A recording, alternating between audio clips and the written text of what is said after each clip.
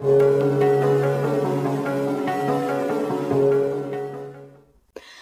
bonjour à tous, moi c'est Insource Girl et Suga, vous êtes sur Blog X Parler. Alors aujourd'hui on se retrouve pour une nouvelle vidéo. Et dans cette vidéo, c'est encore une vidéo où est-ce que je vais donner mon avis. Et là je vais vous donner mon avis sur le film Les Liaisons Dangereuses, qui est un film français, qui est sorti sur Netflix. Et c'est un film bien sûr de 2022. Et qui est adapté du roman du même nom, qui date du XVIIIe siècle. Et donc avant de commencer cette vidéo, n'hésitez pas à me rejoindre sur Instagram parce que je suis vraiment très active et que je poste régulièrement du contenu. Et donc sans plus tarder, je vous laisse avec la suite de la vidéo. Donc pour commencer dans l'ordre chronologique de ce que je vais parler, le synopsis, la bande originale de Netflix, des informations, plein d'informations sur le film Les Liaisons Dangereuses. Et pour finir, je vous donnerai mon fameux avis sur Les Liaisons Dangereuses. Donc je tiens à préciser que, bien sûr, à chaque fois que je vous donne mon avis sur quelque chose, ça date quand même, il y a quand même un peu longtemps. Donc mon avis, là, quand même, ça fait à peu près plus ou moins 1 an que j'ai regardé, parce que j'ai regardé en juillet 2022. Et cette vidéo là sort en juin 2023, donc ça fait presque 1 an. Donc excusez-moi, voilà, pour ma mémoire, surtout le nom, le prénom, enfin bref, des personnages, etc. Voilà. Parce que normalement on va commencer avec le synopsis de l'histoire. Donc déjà il faut savoir que l'actrice principale qui joue dans le film, c'est Paola Locatelli, et elle joue le rôle d'une fille qui s'appelle Célène. Donc Célène, elle habitait sur Paris avec son père. Elle a dû déménager, je crois, vis-à-vis du travail, genre de son père, etc. Donc elle avait un copain sur Paris qui s'appelle genre Pierre, mais là vu que maintenant elle habite sur Biarritz, c'est un peu relation genre longue distance. Et elle, Célène, elle n'est pas genre du tout réseaux sociaux. Elle est plus littérature, lire des livres, mais elle croit quand même en l'amour absolu, voilà. Et donc sur place, elle fait la rencontre de deux personnes qui sont l'élite de son lycée et qui sont en couple. Vanessa, une ex-enfant star qui est maintenant genre présente sur Instagram, on peut dire qu'elle est comme influenceuse, tout ça, et Tristan, le beau et séduisant surfeur. Donc maintenant je vais vous laisser avec la bande originale de Netflix qui va un peu plus parler en détail d'autres choses que je n'aurais pas dit durant ce synopsis. Tu serais prêt à quoi pour te faire connaître? Faire partie de l'élite? C'est qui elle? Une parisienne. Elle vient de rentrer à Hugo cette année. Je vais refaire mon challenge personnel. Je vais lui retourner le cerveau à tel point que ce sera elle qui me suppliera de coucher avec moi. Je vais jouer 1 tu couches, 2 tu jettes. Je peux te faire visiter si tu veux. J'ai quelqu'un et je suis très fidèle. Là-haut, là. C'est l'aristocratie basse, certifié inséparable. Attends, ils sont ensemble? Oh wow, let's talk. Tout en haut de la pyramide, Kim Badiola et Queen Merteuil. Les influenceurs comme Naya et Ariel. T'as la case de bouffon du roi et de la reine. Et tout en bas, t'as les paysans. Sinon, on a le droit d'être potes sur Insta ou ça va saouler ton mec? On dit demain 14h sur la grande plage. Même pas en rêve. Pierre et moi, on se marie dans 1 an. Mais pourquoi? Tu crois pas en l'amour absolu, toi? Je me suis pas posé la question. Quoi? C'est juste que tu me surprends et peu de gens me surprennent. Ça reste entre nous, mais méfie-toi de Tristan. Chère Madame Dervilla, je fais un truc en petit comité à la maison le 31. T'es déguisée en quoi, là? En pute-nonne? J'arrive pas à savoir si t'es un mec bien qui traîne avec des cons ou si t'es juste un con qui fait semblant d'être un mec bien. Vos sentiments pour Henri de Guy sont trop éclatants, madame. Vous ne me trahirez pas? Sérieux, Célène? Tu ressens un truc pour ce mec?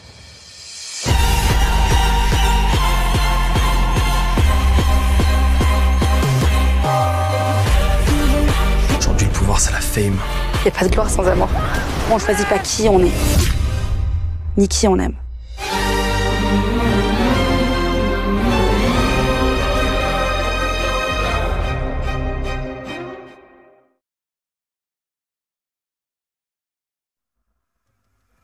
Donc là, je vais dire plein d'informations sur le film Les Liaisons Dangereuses et je pense qu'il y a des choses que vous ne saviez pas et que là, je vais vous apprendre des nouvelles choses là-dessus. Donc le titre, c'est Les Liaisons Dangereuses. C'est réalisé et aussi le scénario, c'est de Rachel Suissa. Et donc, ce film, même si c'est Rachel Suissa qui a fait le scénario de l'histoire, il faut savoir qu'elle a tiré ça d'après le roman épistolaire Les Liaisons Dangereuses de Choderlos de Laclos. Je sais pas si je prononce bien, mais c'est quand même un vieux roman parce que je crois que c'est un roman qui date quand même du 18e siècle et je crois que c'est sorti en 1781. Même si, voilà, c'est un vieux roman, et elle, en fait, c'est qu'elle a ramené ce roman du 18e siècle à l'ère de tout ce qui est 2020, etc.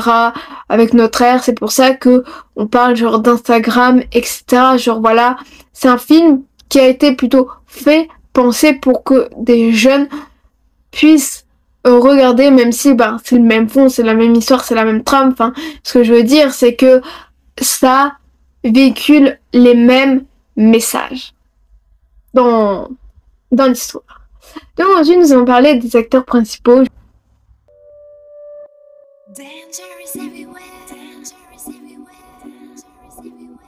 Alors, les sociétés de production, déjà Netflix France et Autopilot Entertainment.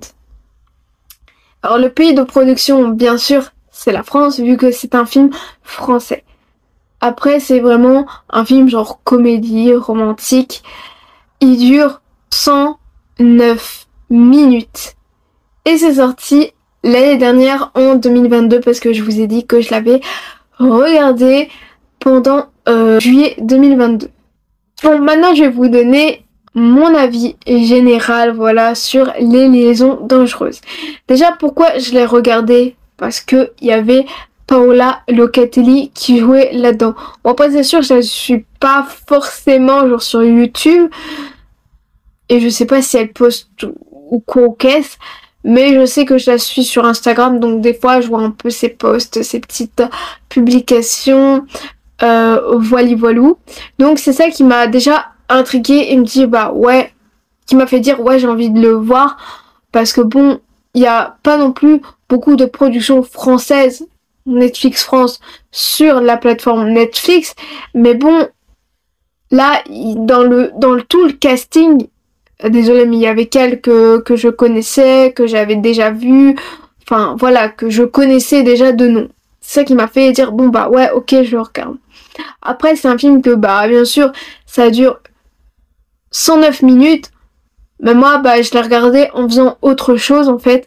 C'est que moi, à ce moment-là, à cette période-là, que j'ai regardé ça, normalement, je sais pas si je l'ai dit, mais au moins je le répète, normalement, je devais vous en parler genre dans un vlog, mais juste vite fait, comme quoi, oui, j'ai regardé ça, comme quoi j'avais commencé genre d'autres trucs comme la télé-réalité Change Day, qui est une télé-réalité genre coréenne sur Netflix. Oui, il y a de la télé-réalité sur Netflix pour ceux et celles qui ne le savaient pas.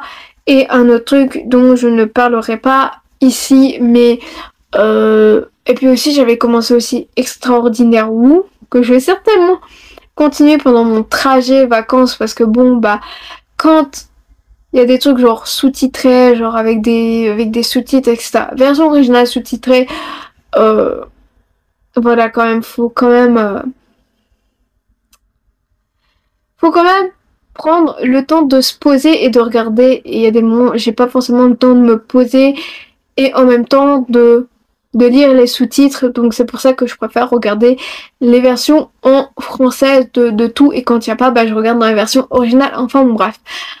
Donc ensuite, on va partir un peu sur les trucs qui fait que oui, c'est des sujets, c'est des trucs qui me, voilà, que ça me sort par les oreilles, par les oreilles et par les yeux, quoi.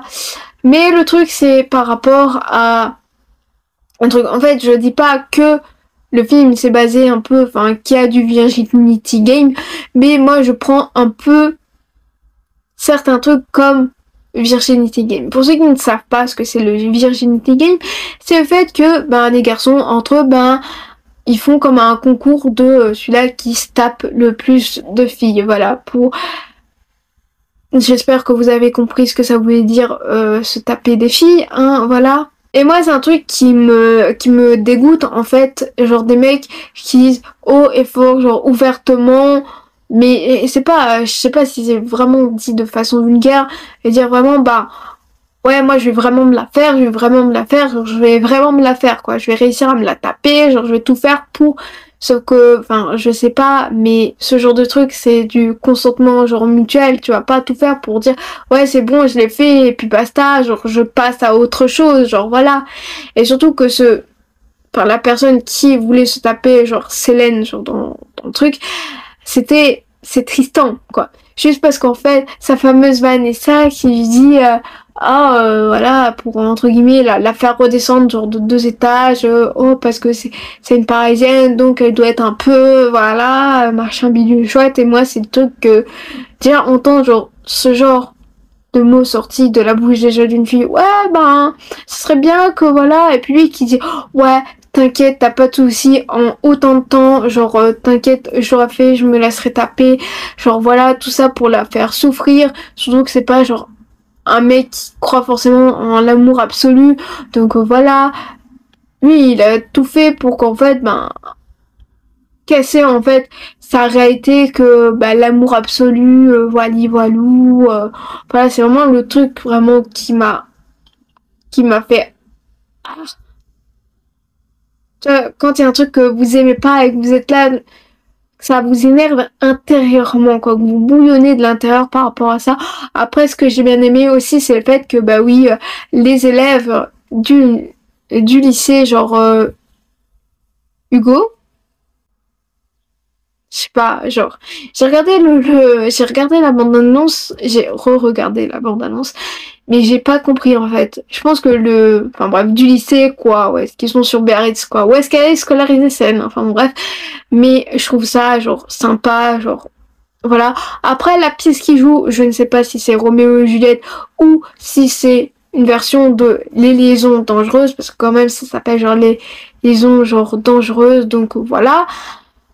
Je pense que c'est à peu près tout ce que j'ai à vous dire, parce que quand même, ça fait plus d'1 an que j'ai regardé le film, et que vu que je vous en ai pas parlé, genre, avant, je devais vous publier un weekly vlog qui ne sortira, je pense, jamais, voilà. Mais bon, bref, c'est pour vous dire que oui, quand même, avec ma mémoire qui date d'il y a plus d'1 an, enfin d'il y a bientôt 1 an, ce qui fait que des fois, pour trouver genre qu'est-ce que t'as vraiment aimé, pas aimé, des fois c'est un peu plus compliqué. Après c'est sûr qu'il y a des trucs qui me marquent, donc voilà, moi il y a certaines choses qui m'ont marqué et d'autres qui m'ont genre comme moins marqué, mais c'est sûr que c'est les trucs qui me font vriller, qui m'ont vraiment genre comme sauté aux yeux. Donc voilà tout ce que j'avais à vous dire, et n'hésitez pas à me dire vous aussi, est-ce que je vous ai donné envie de regarder Les Liaisons Dangereuses, le film de 2022, ou à me dire genre dans les commentaires aussi si vous l'avez vu et qu'est-ce que vous avez pensé du film Les Liaisons Dangereuses. Cette vidéo est à présent terminée, j'espère qu'elle vous aura plu, et si elle vous a plu, n'hésitez pas à la liker, à la partager sur les réseaux sociaux, à vous abonner à la chaîne en activant la cloche des notifications. Et donc on se retrouve très prochainement pour de prochaines vidéos et de prochains MV Reaction.